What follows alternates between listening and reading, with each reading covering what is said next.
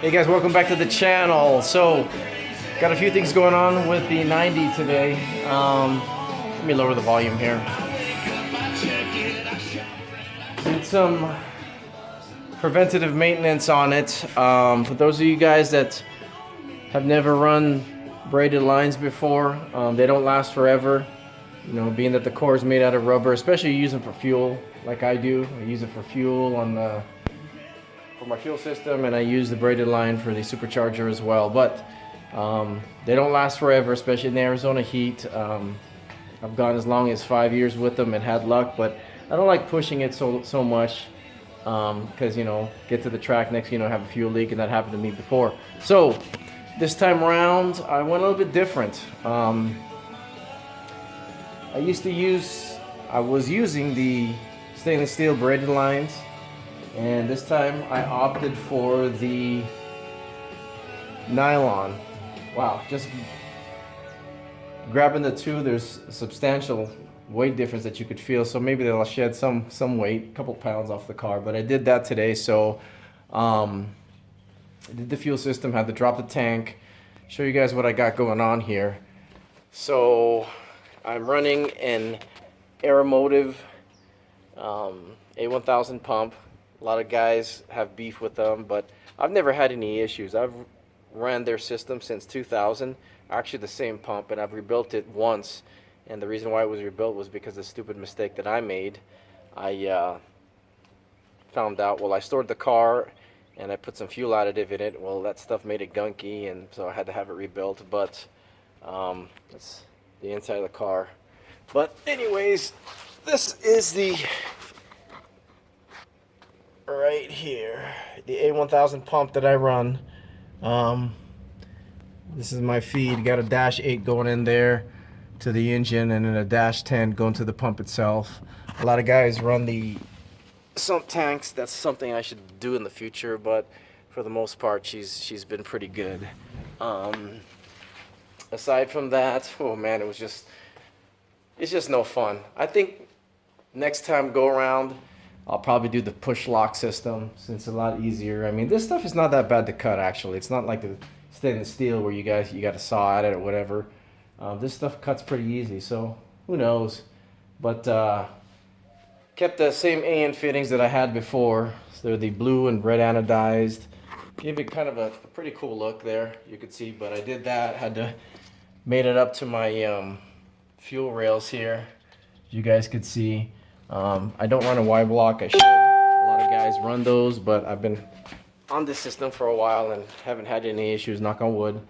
So I did that, had to pull the intake off, and this is the intake that I run on there.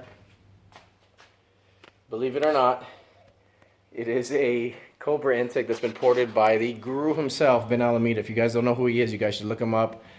He's been in this Foxbody industry for a long time and is accredited for stuff that a lot of guys don't know about, even when it comes to the R&Ding of like the twisted wedge heads when they first came out, to nitrous oxide work. But he's known for having the first Foxbody in the West Coast to run 9s naturally aspirated.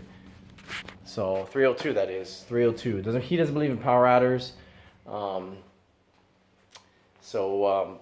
You know, he's a great guy. He actually did the port work on that intake there, did the port work on my old school twisted wedge 170s on there. So, I mean, basically why I'm doing all this work is, yeah, the preventive maintenance, but I'm going to be tracking her next week with my son. Son's going to take the 92 out. I'm going to probably throw a small jet in there, maybe 75 shots, see how he handles it or whatever.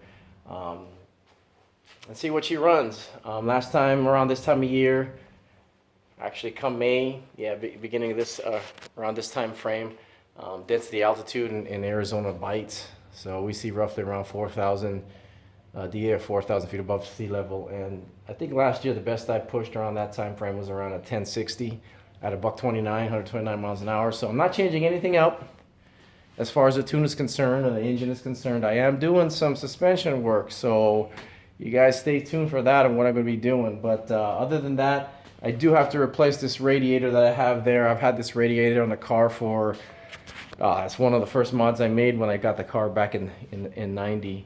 So I think I got that in 95 around that time frame. It was a Griffin radiator. She finally sprung a leak. So yeah, but I got just a basic radiator kit, a radiator from LMR, just the SVE, nothing fancy. I mean, you know, I don't really need anything super fancy. I don't drive this car on the street often anyways. So, but that's that. So stay tuned for that future mod.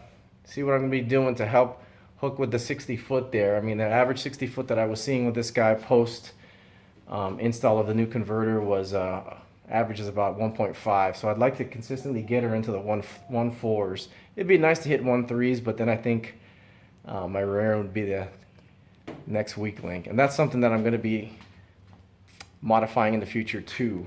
I mean, this thing is the original 8.8 in there that it has since I took it off the factory floor back in 90. Only major difference is it's got 355s and hardened 28 spline Mosier axles. Other than that, the 355s have been there since then. That's well over 100,000 miles. So, but if anything, I'm looking to, as I said, don't drive this much on the street. I'm looking to spool her up. There's a spool kit that I saw that Strange sells that I believe is a full-on kit that has a 33 spline set up for 4-lug. Yes, this thing is still a 4-lug, not like the coupe over there. Nice 5-lug setup for my boy. But stay tuned. You guys are going to see what I'm going to install next. Hopefully it helps with my 60 foot.